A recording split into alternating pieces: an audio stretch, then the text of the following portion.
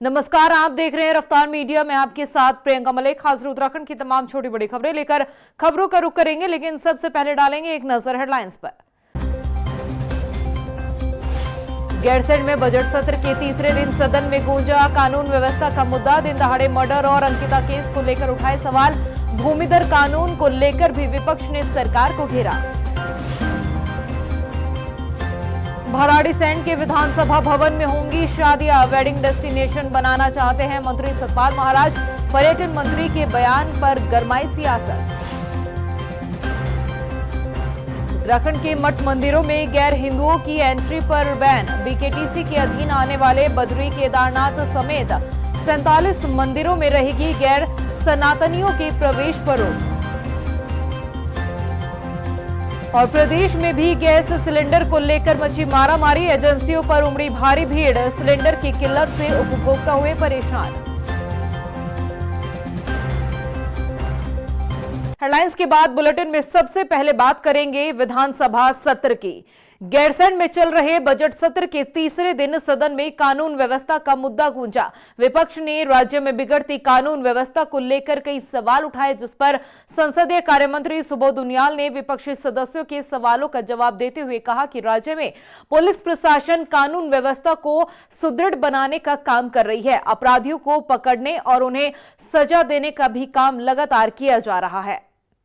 विपक्ष का मकसद ही हंगामा करना है और वो जनता को भ्रमित करने के लिए जिस तरह से काम कर रहा है, मैं समझता हूँ ये उचित नहीं है। सरकार ने उनके हर एक प्रश्न का जवाब दिया और इस बात की भी बहुत स्पष्ट निष्पक्षता दिखाई कि अपराधी अपराधी होता है। उसको दलगत भावनाओं से ऊपर उठकर अगर जो आरोप लगे कि भारतीय जनता पार्टी के ही नेता थे कई अपराधों में, तो उनको बख्शा नहीं गया।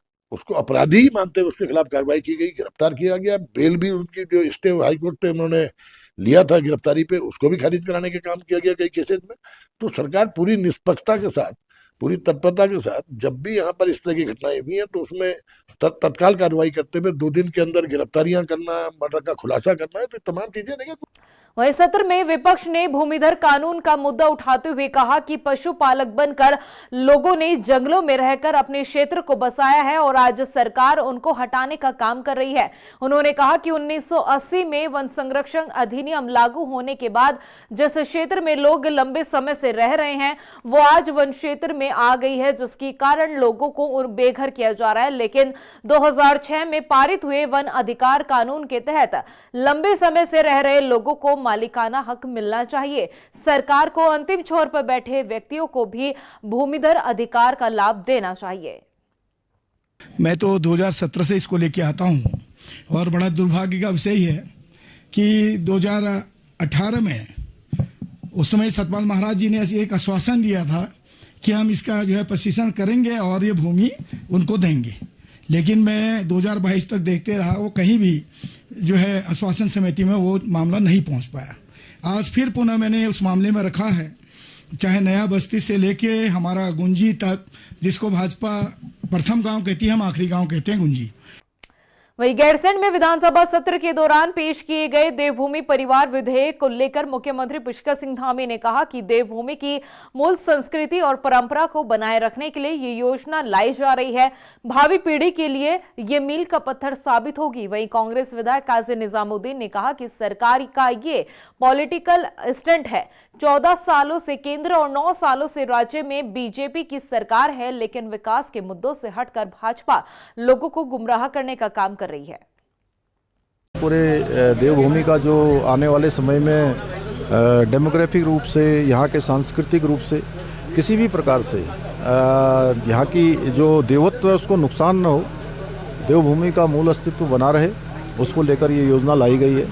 और ये योजना हमारे बच्चों के भविष्य को सुरक्षित करने के लिए भी, भावी कर्णधारों को एक सुरक्षित उत्तराखंड मिले, उस दिशा में बहुत महत्वपूर्ण योजना है। और दून ईस्ट सहारनपुर सीट मुस्लिम सीट थी, जिस पर और कोई नहीं, मेरे सगे दादाजी काजी अब्दुल वली, आप गूगल कर लीजिए, आप उस पर निकाल लीजिए, चैट जीटीपी वगैरह पर किसी भी एआई पर निकाल लीजिए, आपको नाम निकल आएगा। काजी अब्दुल वली 1937 में एमएलए इलेक्ट हुए थे, जो कि दून ईस्ट सहारनपुर मुसलमान सीट थी, तो डेमोग्राफिक चेंज कहाँ से आ गया? उसी समय वो तो मुस्लिम सीट आबादी के हिसाब से तय हुई थी, वो किसी कांग्रेस पार्टी ने नहीं की थी। सोचिए, जिस लोकतंत्र के मंदिर में जनता के लिए और प्रदेश के विकास के लिए चर्चा की जाती है, जहां कानून बनाए जाते हैं, अगर उसी मंदिर में शादी का आयोजन होने लगे तो वहां का हाल क्या होगा। हम बात कर रहे हैं गैरसैंण विधानसभा की, जहां सत्र चल रहा है, लेकिन इस बीच पर्यटन मंत्री सतपाल महाराज ने एक ऐसा बयान दिया है जिसने समूचे प्रदेश में उबाल ला दिया है। स्थायी राजधानी का सपना दिखाते दिखाते अब मंत्री जी गैरसैंण की विधानसभा को वेडिंग डेस्टिनेशन बनाना चाहते हैं, जिस पर सूबे की सियासत गर्मा चुकी है। रिपोर्ट देखिए। गैरसैंण के विधानसभा में होगी शादियां, सत्र की जगह बैंड बाजा बारात। पर्यटन मंत्री का बड़ा बयान, वेडिंग डेस्टिनेशन बनाना चाहते हैं सतपाल महाराज। महाराज के बयान पर गरमाई सियासत। जी हां, अब वो दिन दूर नहीं जब गैरसैंण विधानसभा में सत्र की जगह बैंड बाजा बारात नजर आएगी। लोकतंत्र के मंदिर में शादियों का आयोजन होगा, और ऐसा हम नहीं कह रहे हैं, बल्कि ये कहना है पर्यटन मंत्री सतपाल महाराज का। दरअसल मंत्री सतपाल महाराज ने एक ऐसा बयान दे दिया जिससे सत्ता पक्ष को आलोचनाओं का सामना करना पड़ रहा है। कहां गैरसैंण को स्थायी राजधानी बनाने का सपना दिखाया जा रहा था, और अब उसी भराड़ीसैंण विधानसभा को वेडिंग डेस्टिनेशन बनाने की चाहत जाहिर की जा रही है। पर्यटन मंत्री सतपाल महाराज ने कहा कि वो भराड़ीसैंण के विधानसभा भवन को कॉर्पोरेट और वेडिंग डेस्टिनेशन बनाना चाहते हैं, ताकि ये भवन सफेद हाथी न बनकर रह जाए। और मैं ये भी आग्रह करना चाहता हूँ कि आगे इसको डेवलप करने के लिए, वाइब्रेंट इसको एक डेस्टिनेशन बनाने के लिए मैंने विधानसभा अध्यक्ष जी से प्रार्थना की है कि इसको टूरिज़्म को अगर ये मिल जाए तो हम इसको कॉर्पोरेट डेस्टिनेशन के रूप में डेवलप कर सकते हैं, ताकि बड़े बड़े कॉर्पोरेट्स यहाँ करके मीटिंग कर सकें। और हमारा ये भवन जो है ये वाइट एलिफेंट की तरह ना रहे, बल्कि इसका उपयोग होना शुरू हो जाएगा तो यहाँ पर लोगों को रोज़गार भी मिलेगा, फैसिलिटी भी मिलेगी, और लोग इसकी भव्यता को देख करके इसका अनुभव प्राप्त करेंगे। अब सतपाल महाराज के इस बयान पर उत्तराखंड की सियासत गर्मा गई है। विपक्ष ने सरकार की मंशा पर सवाल खड़े किए हैं। कांग्रेस प्रदेश अध्यक्ष गणेश गोदियाल ने कहा कि मंत्री जी की बात सुनकर मेरे जैसे हजारों लाखों उत्तराखंड वासियों के दिलों को गहरी पीड़ा पहुंची है, क्योंकि गैरसैंण को उत्तराखंड की स्थायी राजधानी के रूप में देखने का सपना लोग संजोए बैठे हैं। कांग्रेस शासन में गैरसैंण में राजधानी स्थापना से निमित्त जो निर्माण कार्य हुए, उनका उपयोग पर्यटन मंत्री जी के अनुसार आगे पर्यटन गतिविधि और व्यावसायिक यानी कारोबारी गतिविधियों के लिए उसका उपयोग किया जाना चाहिए, ये उनका विचार है। मेरे जैसे अनेक लोग जो भराड़ीसैंण में, गैरसैंण में उत्तराखंड की स्थायी राजधानी के रूप में सपने देखते हैं, उन सभी के दिलों पर इस वक्तव्य ने बहुत छेद किया, मतलब उन दिलों में बहुत पीड़ा हुई इससे। मैं नहीं समझ पाया कि पर्यटन मंत्री जी ने जब सदन चल रहा हो तो सदन के अंदर बयान न देकर बाहर बयान दिया, जबकि परंपरा यह है कि जब सदन चल रहा हो तो मंत्रियों के नीतिगत बयान सदन में आने चाहिए, यह बयान बाहर दिया गया है। वहीं सतपाल महाराज के बयान को लेकर बीजेपी का कहना है कि वो उनका निजी बयान है। गैरसैंण को लेकर सरकार संवेदनशील है और आगे आने वाले समय में उसके विकास के लिए सरकार और भी आगे कदम बढ़ाएगी। नहीं, देखिए, माननीय पर्यटन मंत्री जी ने, सतपाल महाराज जी ने जो बात कही है वो उनकी अपनी व्यक्तिगत भावनाएं हैं, व्यक्तिगत सुझाव है, और कहीं उन्होंने ये नहीं कहा कि इसको हम इसमें इस्तेमाल करेंगे। उन्होंने कहा कि उस क्षेत्र की भव्यता, सुंदरता और प्राकृतिक सौंदर्य, अद्भुत सौंदर्य को देखते हुए उन्होंने कहा कि इसका हम इस्तेमाल इसमें भी कर सकते हैं। एक सुझाव के तौर पर उन्होंने बात की, उसमें राजनीति करने की आवश्यकता ही नहीं है। कांग्रेस के लोग हर बात में राजनीति करते हैं और जानबूझ के उसमें राजनीति कर रहे हैं, और उनकी भावना कहीं ऐसी नहीं है। न सरकार ने कोई उसमें निर्णय लिया, या तो सरकार निर्णय ले लेती। वो अगर किसी माननीय मंत्री का अगर व्यक्तिगत विचार हो सकता है, उनका अपना व्यक्तिगत विचार है। बता दें कि गैरसैंण उत्तराखंड की जनता की भावनाओं से जुड़ा मुद्दा है। आंदोलनकारियों का सपना है गैरसैंण को स्थायी राजधानी बनाना। उत्तराखंड गठन से पहले ही गैरसैंण को राजधानी बनाने की मांग होती रही, और प्रदेश की राजनीति का भी केंद्र बिंदु गैरसैंण रहा है। कभी बीजेपी तो कभी कांग्रेस के पाले में गैरसैंण की गेंद डाली जाती रही। फिर एक ऐसा समय आया जब बीजेपी ने एक कदम आगे बढ़ाते हुए गैरसैंण को ग्रीष्मकालीन राजधानी बना दिया, लेकिन लोगों को सपना फिर भी स्थायी राजधानी का दिखाया जाता रहा और लोग इस पर विश्वास और भरोसा भी करने लगे। अब इस बीच गैरसैंण में खड़े होकर वहां की विधानसभा को कॉर्पोरेट मीटिंग का अड्डा और वेडिंग डेस्टिनेशन बनाने की बात करना कहीं न कहीं प्रदेशवासियों के साथ धोखा है। लोकतंत्र के मंदिर में शादियों का आयोजन होना और वहां कूड़े का भरमार लगाना आखिर कहां तक जायज है?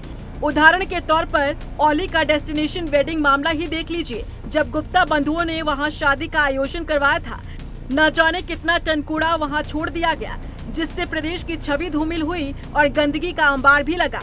और सोचिए, अगर गैरसैंण के विधानसभा भवन में शादियों का आयोजन होने लगा तो लोकतंत्र के मंदिर का क्या हाल हो जाएगा। यही कारण है कि विपक्ष अब सत्ता पक्ष को आड़े हाथों ले रहा है। रफ्तार मीडिया के लिए देहरादून से सुशांत सिंह के साथ ब्यूरो रिपोर्ट। उत्तराखंड विधानसभा के पटल पर कैग की रिपोर्ट पेश की गई, जिसमें कई ऐसे बड़े खुलासे हुए जिसे सुनकर आपके होश उड़ जाएंगे। कैग की रिपोर्ट ने घोटालों की पोल खोलकर रख दी है। एक नहीं, दो नहीं, कई ऐसे मामले सामने आए हैं जिसमें करोड़ों रुपए की हेराफेरी की गई है। ये रिपोर्ट देखिए। कैग रिपोर्ट में बड़ा खुलासा, कैग ने खोली घोटालों की पोल। उत्तराखंड में करोड़ों के घोटाले का भंडाफोड़, हैरान कर देगी कैग की ये रिपोर्ट। उत्तराखंड विधानसभा में कैग की रिपोर्ट पेश की गई, जिसमें कई ऐसे बड़े खुलासे हुए जिसने सबको हैरत में डाल दिया है। उत्तराखंड में करोड़ों के घोटाले की पोल खुल गई है। स्मार्ट सिटी से लेकर नमामि गंगे तक हर प्रोजेक्ट में भ्रष्टाचार का खुलासा हुआ है। बता दें कि कैग भारत की वो संवैधानिक संस्था है जो सरकार की पाई का हिसाब रखती है। साल 2018 से 2024 के बीच सरकार के किए गए कामों की फाइलें जब कैग ने खंगाली तो वो भी हैरान रह गए। दरअसल 634 करोड़ के कामों में से कैग को सीधे 75 करोड़ का घपला मिला। सबसे पहले बात देहरादून की स्मार्ट सिटी की। कैग रिपोर्ट के मुताबिक देहरादून स्मार्ट सिटी में हुए कामों में भारी अनियमितता नजर आई। साथ ही सीमा से बाहर भी काम किया गया, गलत भुगतान किया गया। स्मार्ट सिटी के कार्यों में करोड़ों के दुरुपयोग का मामला भी उजागर हुआ है। देहरादून स्मार्ट सिटी के नाम पर इसके अलावा भी बहुत कुछ हुआ जिसे सुनकर आपके होश उड़ जाएंगे। 4.85 करोड़ रुपए से ई रिक्शा खरीदे गए, लेकिन आज वो बेकार पड़े हैं। ई बस चार्जिंग स्टेशन बनाए गए, लेकिन कभी इस्तेमाल ही नहीं हुए। सेंसर आधारित सॉलिड वेस्ट मैनेजमेंट पर 4.55 करोड़ रुपए खर्च हुए, लेकिन जनता को कोई फायदा नहीं मिला। ठेकेदार से अनुबंध खत्म होने के बाद भी 19 करोड़ रुपए का एडवांस वसूल नहीं किया गया। 2.62 करोड़ की लागत से लगाए गए 50 पर्यावरण सेंसर राष्ट्रीय मानकों के अनुरूप नहीं निकले। कैग की रिपोर्ट के मुताबिक दून लाइब्रेरी परियोजना में जीएसटी के दोहरे दावों और ज्यादा दरों की वजह से 34.70 लाख रुपए का अतिरिक्त भुगतान किया गया और स्मार्ट स्कूल प्रोजेक्ट उस पर 5.91 करोड़ खर्च हुए। 3 स्कूलों में कंप्यूटर लैब, स्मार्ट बोर्ड लगाए गए, लेकिन बिजली का बिल नहीं भरा गया तो सारे उपकरण धूल फेंकते रहे। इसके अलावा देहरादून के परेड ग्राउंड में पहले से ही एक वीआईपी मंच था जो करीब 31 लाख में बना था, लेकिन फिर भी 84.11 लाख रुपए खर्च करके ठीक उसके सामने एक नया मंच बना दिया गया। घोटालों की ये लिस्ट अभी खत्म नहीं होती है, आगे भी सुनिए। रुड़की, लक्सर और रुद्रपुर के इलाकों में 5 अरब रुपए की बिजली बर्बाद कर दी गई। लाइन लॉस की वजह से 964 मिलियन यूनिट बिजली गायब हो गई। 1.13 लाख उपभोक्ताओं को बिना मीटर रीडिंग के 385 करोड़ रुपए के बिल थमा दिए गए। कैग ने यूपीसीएल के बिलिंग सिस्टम, वसूली सिस्टम और निगरानी सिस्टम पर भी गंभीर सवाल खड़े किए हैं। इसके अलावा कैग के मुताबिक राज्य सरकार ने 32 सार्वजनिक उपक्रमों और 28 सरकारी कंपनियों में कुल 8,993 करोड़ का निवेश किया। करोड़ों के लोन लिए गए, सब्सिडी भी दी गई, लेकिन हैरान करने वाली बात यह है कि सिर्फ 2 निगमों को छोड़कर बाकी सबसे सरकार को कोई फायदा नहीं हुआ। लोक निर्माण विभाग, सिंचाई और ग्रामीण निर्माण विभाग के ठेकेदारों से पूरी रॉयल्टी न वसूलने से भी 252 करोड़ का नुकसान हुआ। अब बात करते हैं उस वक्त की जब पूरा देश कोरोना की दहशत में था। रिपोर्ट कहती है कि स्वास्थ्य विभाग ने उस वक्त जो एम्बुलेंस और उपकरण खरीदे वो बाजार से बहुत महंगी दरों पर थे। इससे 87 लाख रुपए का नुकसान हुआ। कैग ने टेंडर प्रक्रिया को भी पक्षपाती बताया। अब आपको कुंभ मेले की हकीकत से भी रूबरू करवाते हैं। दरअसल 2021 के कुंभ के लिए 806 करोड़ रुपए जारी किए गए, लेकिन करोड़ों रुपए ऐसे कामों में खर्च दिखाए गए जो हुए ही नहीं या जिनका हिसाब किताब ही नहीं है। नमामि गंगे में पानी की तरह पैसा बहाया गया, लेकिन गंगा आज भी प्रदूषित है। परिवहन विभाग तो कुंभकर्णीय नींद में सो रहा है। 65,000 से ज्यादा गाड़ियां टैक्स नहीं दे रही। 361 करोड़ का टैक्स बकाया है। कई गाड़ियां तो 10 साल से टैक्स नहीं दे रही हैं। हैरानी की बात तो ये है कि विभाग ने इन डिफॉल्टर्स की ना तो आरसी जब्त की और ना ही इनका संचालन रोका। कई मामलों में तो 10 साल से भी ज्यादा वक्त से टैक्स जमा नहीं हुआ। वहीं रिपोर्ट में बच्चों की सुरक्षा से जुड़ी गंभीर लापरवाही भी सामने आई है। नियमों के मुताबिक स्कूलों और कॉलेजों की बसें संस्थान के नाम पर पंजीकृत होनी चाहिए ताकि उन पर कम टैक्स लगे और जिम्मेदारी तय हो, लेकिन ऑडिट में 20 शिक्षण संस्थानों की बसें व्यक्तिगत नामों पर पंजीकृत पाई गई और उसे भी नियम विरुद्ध टैक्स में दे दी गई। गांव के गरीब लोगों को 100 दिन के रोजगार की गारंटी देने वाला मनरेगा, जिसे आज जी राम जी के नाम से जाना जाता है, उसके हाल तो और बुरे हैं। सिर्फ 1 से 6% परिवारों को ही साल में 100 दिन का रोजगार मिला। जो काम कर रहे हैं उन्हें भी समय पर मजदूरी नहीं मिल रही। मास्टर रोल में भी संदिग्ध एंट्री मिली है और कई जगह मूल रिकॉर्ड ही गायब है, जो सीधे तौर पर भ्रष्टाचार की तरफ इशारा करता है। कैग ने राज्य में हुए कई बड़े घोटालों की पोल खोल कर रख दी है, जिससे ये साफ है कि उत्तराखंड में स्मार्ट सिटी, अस्पताल, बिजली, पानी, हर जगह जनता को ठगा जा रहा है। रफ्तार मीडिया के लिए देहरादून से ब्यूरो रिपोर्ट। ईरान और इजरायल के बीच चल रही जंग का असर अब भारत पर दिखने लगा है। देश में गैस की किल्लत से लोग जूझ रहे हैं। खासकर होटल और रेस्टोरेंट चलाने वाले लोगों का काम ठप होता हुआ नजर आ रहा है। वहीं गैस सिलेंडर के लिए नए नियम तय कर दिए गए हैं, जिससे लोगों की काफी परेशानी बढ़ चुकी है। ये रिपोर्ट देखिए। अमेरिका, इजरायल और ईरान के बीच चल रहे युद्ध का असर अब रसोई तक पहुंच गया है। देहरादून में गैस सिलेंडर की किल्लत देखने को मिल रही है। गैस एजेंसियों में लोगों की भीड़ जमा हो रही है। एक तरफ कस्टमर गैस ऑनलाइन बुक नहीं करवा पा रहा है, तो वहीं दूसरी तरफ गैस एजेंसी पहुंचकर भी उसकी समस्या दूर नहीं हो पा रही है। घरेलू गैस पहले 21 दिन की बुकिंग पर मिल रहा था, लेकिन अब 25 दिनों की समय सीमा गैस सिलेंडर के लिए तय की गई है। साथ ही होटल और रेस्टोरेंट में कमर्शियल सिलेंडर की सप्लाई पर रोक लगा दी गई है। बता दें कि अमेरिका, इजरायल और ईरान युद्ध के दौरान भारत में पहले घरेलू और कमर्शियल सिलेंडर के दाम में इजाफा हुआ। वहीं पिछले 3-4 दिन से गैस की किल्लत देखने को मिल रही है। 37,000 से ज्यादा उपभोक्ताओं को एलपीजी सिलेंडर नहीं मिल पा रहा है।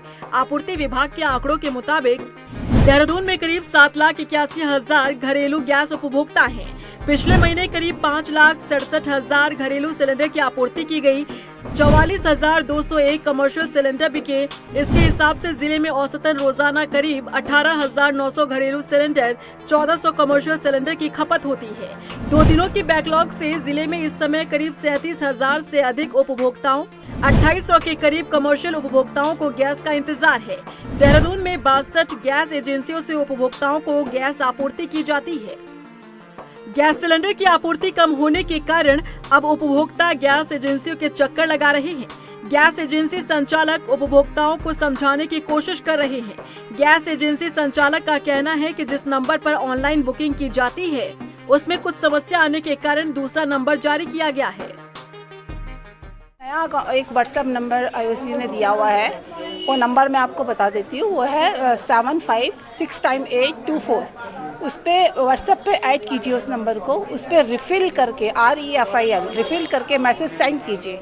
फिर आपकी जो वो बुकिंग लेगा उसमें आपको 60 नंबर का रिलेशनशिप ID होता है, वो डालिए। उसके बाद आपका बुकिंग कंफर्म होगा। नहीं, सिलेंडर सप्लाई रोज़ जा रही है हमारी। ये है कि थोड़ा मतलब जैसे आजकल की बुकिंग है, 3 दिन पहले की बुकिंग है, वो नहीं, 4-5 दिन 1 वीक पहले की बुकिंग हम लोग निकाल रहे हैं।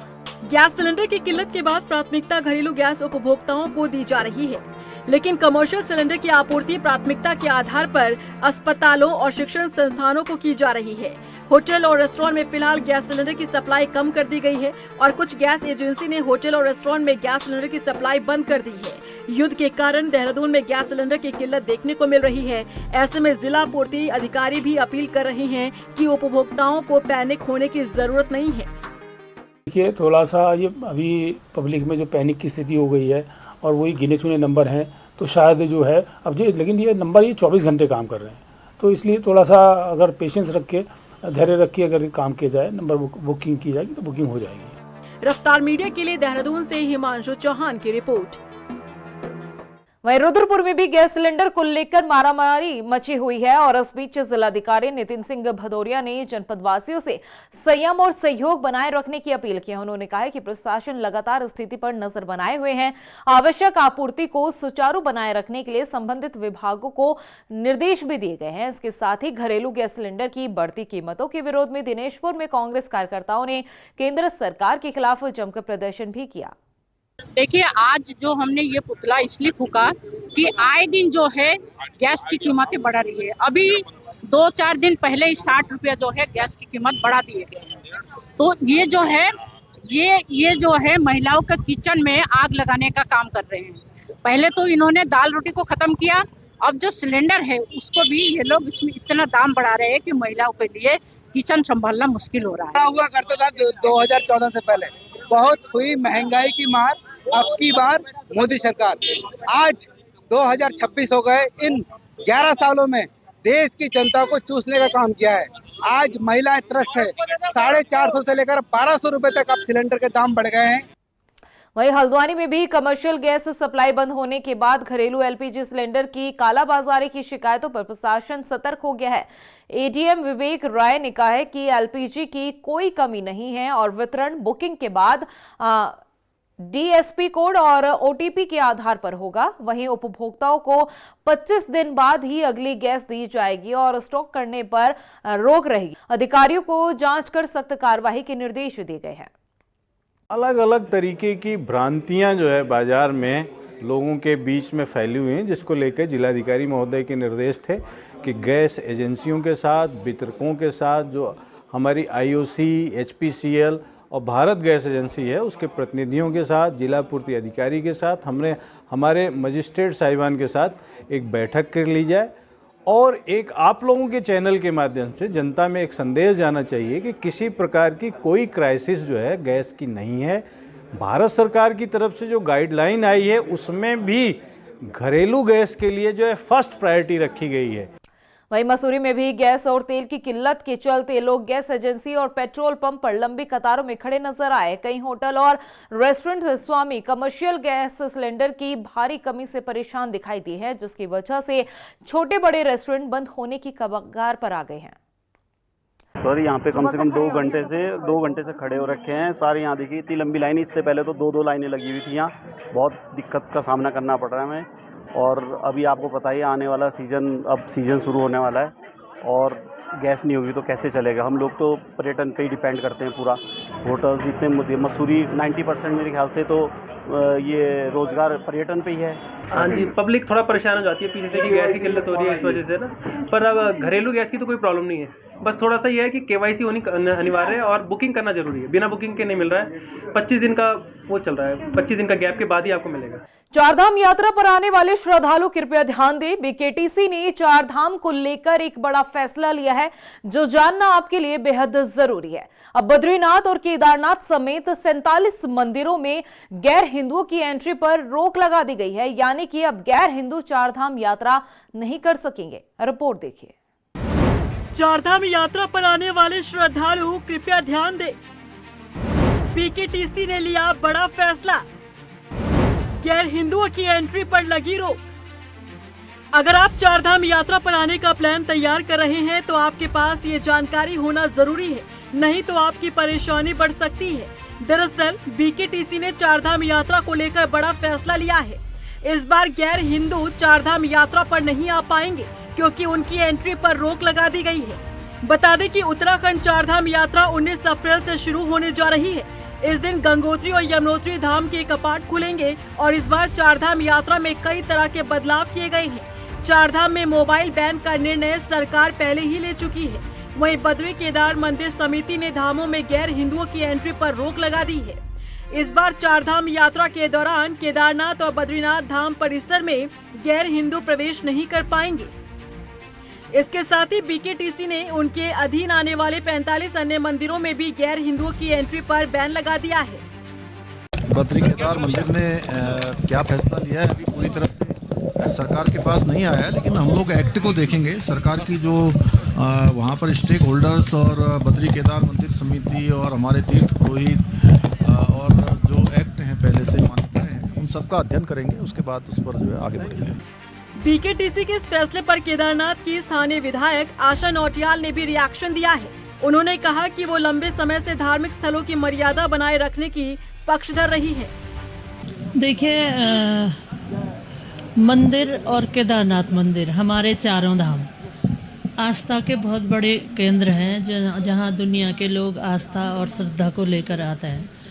तो वहां पर पिछली बार भी मैंने कहा था कि कुछ लोग इस तरह से वहाँ पर प्रवेश नहीं होना चाहिए। तो इस बार मंदिर समिति ने उस पर मोहर लगाई है, निर्णय लिया है कि मंदिर परिसर में प्रवेश के लिए गैर हिंदुओं पर प्रतिबंध होना चाहिए। मैं उनके निर्णय का स्वागत करती हूँ और धन्यवाद करती हूँ।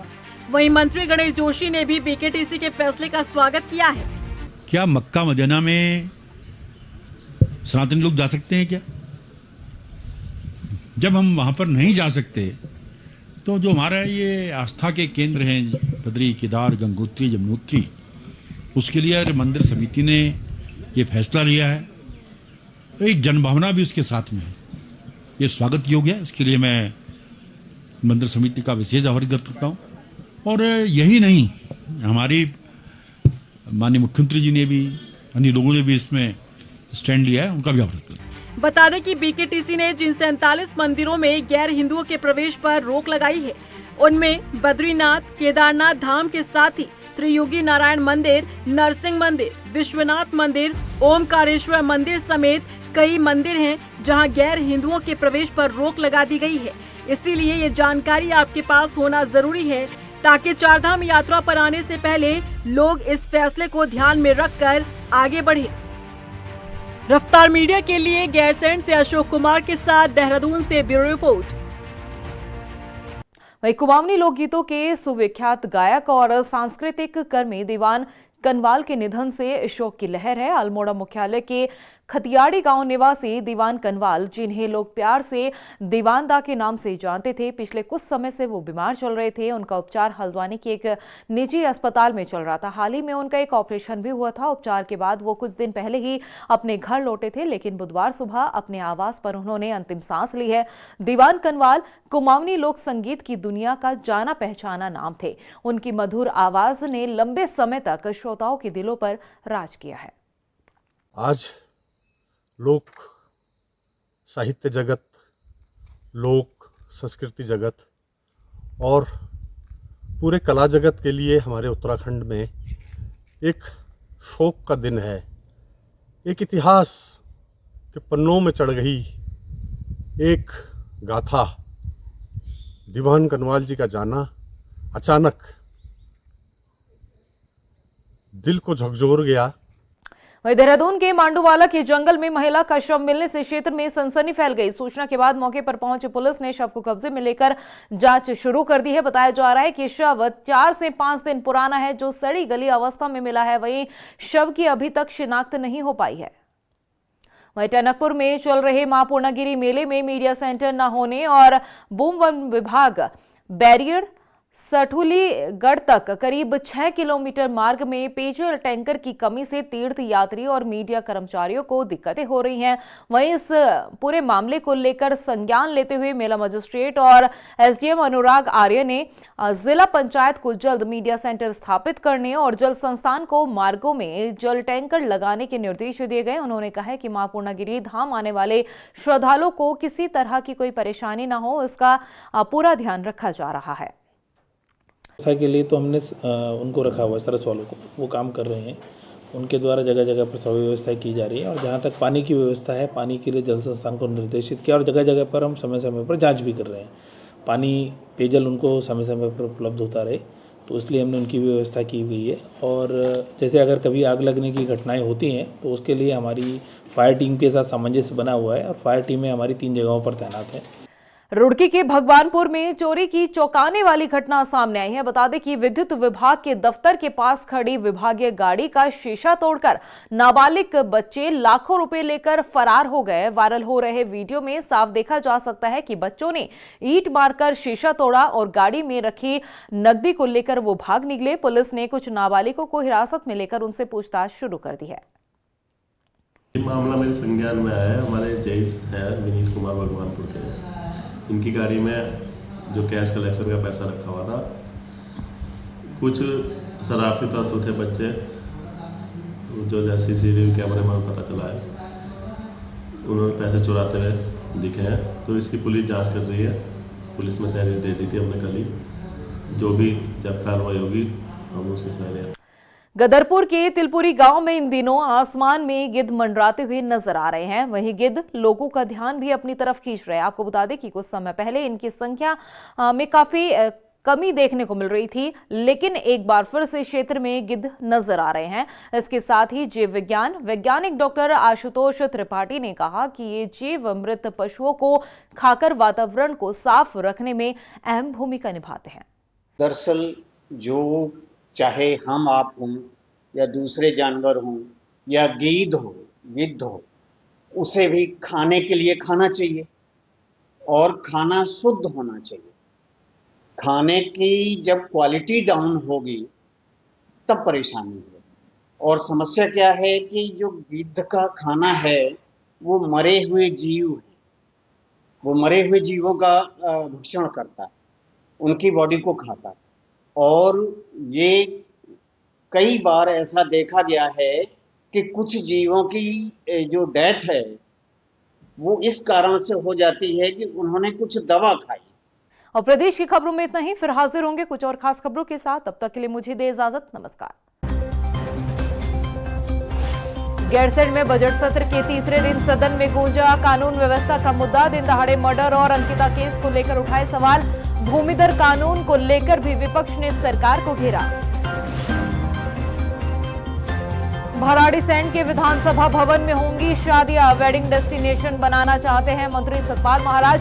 पर्यटन मंत्री के बयान पर गरमाई सियासत। उत्तराखंड के मठ मंदिरों में गैर हिंदुओं की एंट्री पर बैन। बीकेटीसी के अधीन आने वाले बद्री, केदारनाथ समेत 47 मंदिरों में रहेगी गैर सनातनियों के प्रवेश पर रोक। और प्रदेश में भी गैस सिलेंडर को लेकर मची मारामारी। एजेंसियों पर उमड़ी भारी भीड़। सिलेंडर की किल्लत से उपभोक्ता हुए परेशान।